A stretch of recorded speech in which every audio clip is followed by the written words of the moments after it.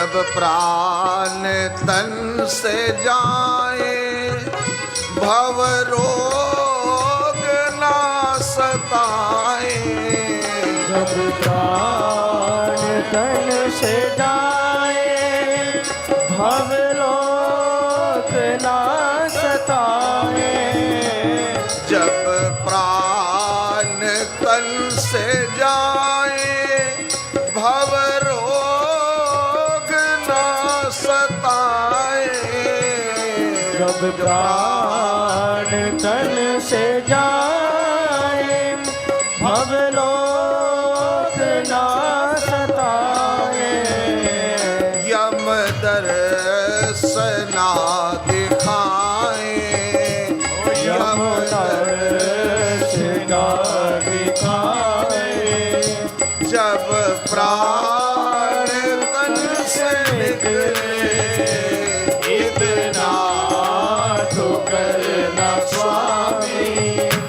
जब प्राण तन से निकले गोविंद नाम लेकर गोविंद नाम लेकर ये प्राण तन से निकले। गोविंद तो करना स्वामी। जब प्राण तन से निकले इतना तो करना स्वामी। जब प्राण तन से निकले इतना तो करना स्वामी। जब प्राण तन से निकले गोविंद नाम लेकर गोविंद नाम लेकर ये प्राण तन से निकले। बोलना तो करना स्वामी। जब प्राण तन से निकले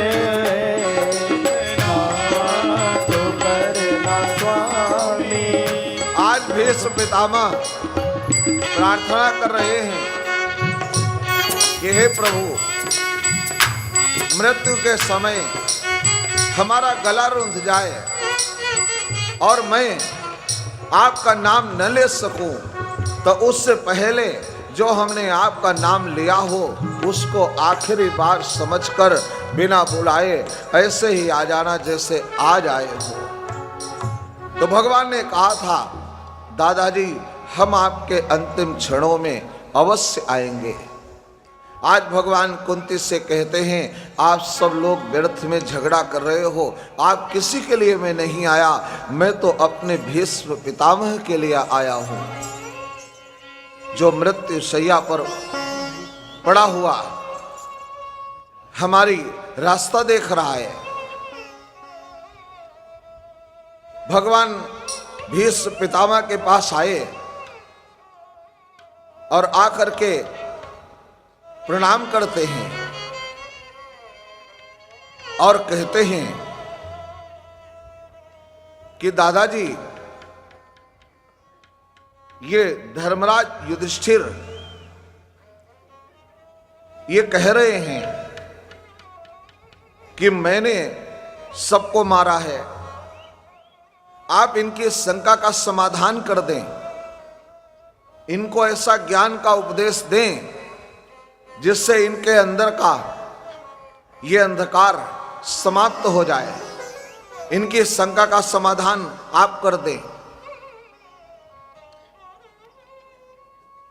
तो भीष्म पितामह ने कहा कि वासुदेव, इनकी समस्या का समाधान तो मैं कर दूंगा, लेकिन हमारी शंका का समाधान कौन करेगा? हमारी शंका का समाधान पहले आप करें और पहले हमको ये बताएं कि हमने जीवन में कभी कोई पाप नहीं किया और मैं ये बात उनसे कह रहा हूं जो किल बंधुरात्मा हैं, कण कण में वास करने वाले, वह हमारे प्रभु जो घट घट की जानते हैं, उनसे मैं ये बात पूछ रहा हूं।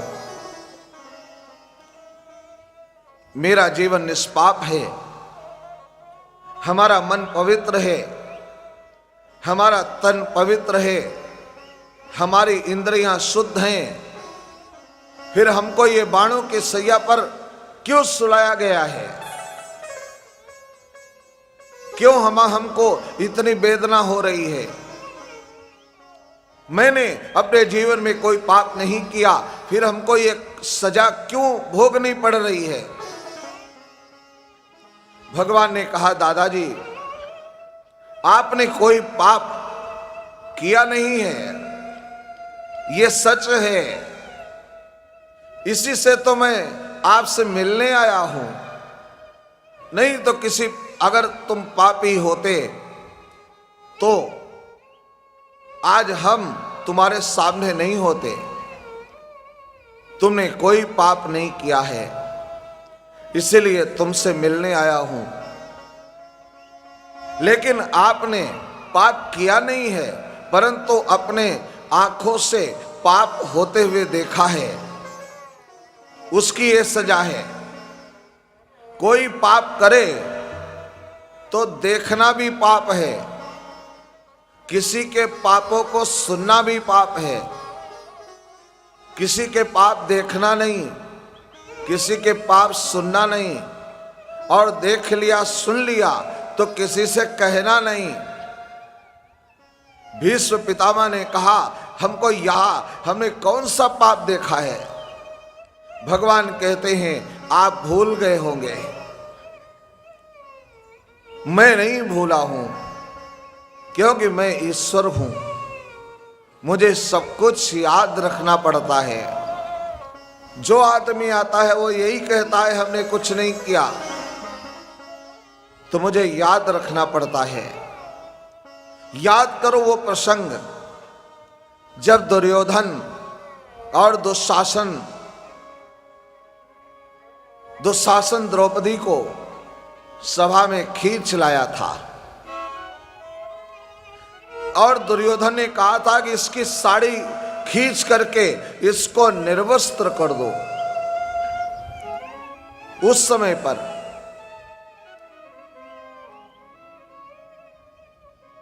आप भी वहां बैठे थे।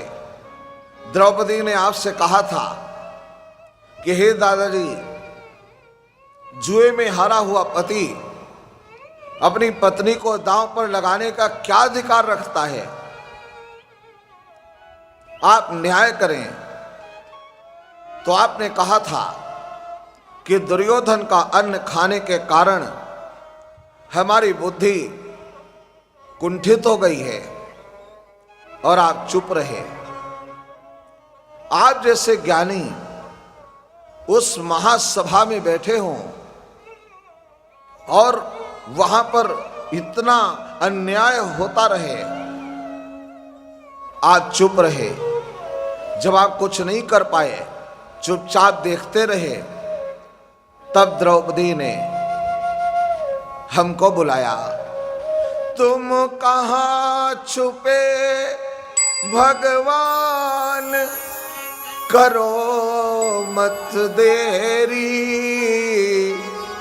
दुख हरो द्वारिका नाथ शरण में तेरी। हे कृष्ण द्वारिका वासिन, क्वासी यादव नंदन, कौरवई परिभूता माम, किम न जानासि केशव। कहाँ हो? जब द्रौपदी ने विवश होकर हमको पुकारा, तब मैं वहां पर गुप्त रूप से आया था, और आकर के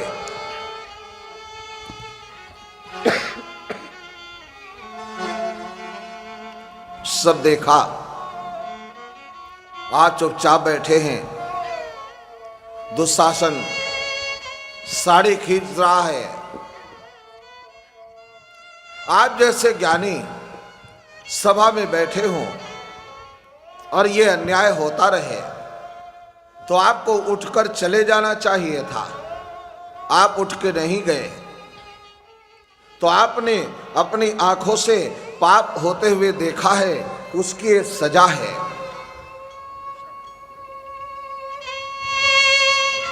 भीष्म पितामह ने भगवान को प्रणाम किया, कहा लेकिन हे द्वारिकाधीश, हमने स्वीकार कर लिया। भगवान ने कहा अच्छा दादाजी आप बताओ कि आप क्या चाहते हो। तुम मृत्यु शैया पर हो, तुम्हारी इच्छा पूरी करना हमारा धर्म है, हमें बताओ मैं क्या करूं। कहा एक बार अपने मुंह से कह दो कि हे भीष्म पितामह तू मेरा है। तो भगवान ने उलहना दिया कि दादाजी हम आपको अपना कैसे कहें, आपने तो हमारे प्रिय सखा अर्जुन पर बाण चलाए हैं। जो मम भक्तन सो बैर करत है, सो निज बैरी मेरो। मेरा अपराध किया होता तो हम तुमको माफ कर देते, लेकिन तुमने तो हमारे प्रिय सखा अर्जुन पर बाण चलाए हैं। हम कैसे माफ कर दे, कैसे भूल जाएं, तुमको अपना कैसे माने। तो भीष्म पितामह ने कहा कि प्रभु ये बात नहीं है। हम जब बाण चलाते थे तो जब बाण चलता था तो हम बाण भले चलाते थे, लेकिन हम कहते थे जयोस्त पांडुपुत्राणाम, पांडुपुत्रों के विजय हो। अगर हम ये कह करके नहीं चलाते तो हमारे बाणों से अर्जुन को आप नहीं बचा सकते थे। हमारा मन पांडवों के साथ में था और शरीर कौरवों के साथ में था। कहा ठीक है, शरीर से तो आपने पाप किया है ना, ये उसकी सजा है, लेकिन हमने तुम्हें वचन दिया है, इसलिए भीष्म पितामह तो हमारा है। अंत में भगवान ने भीष्म पितामह को स्वीकार किया और जिस समय भीष्म पितामह को भगवान ने स्वीकारा उसी समय भीष्म पितामह ने देह त्याग कर दिया। जब देह त्याग किया तो देवता नंगाड़े बजाने लगे, पुष्प वर्षा करने लगे।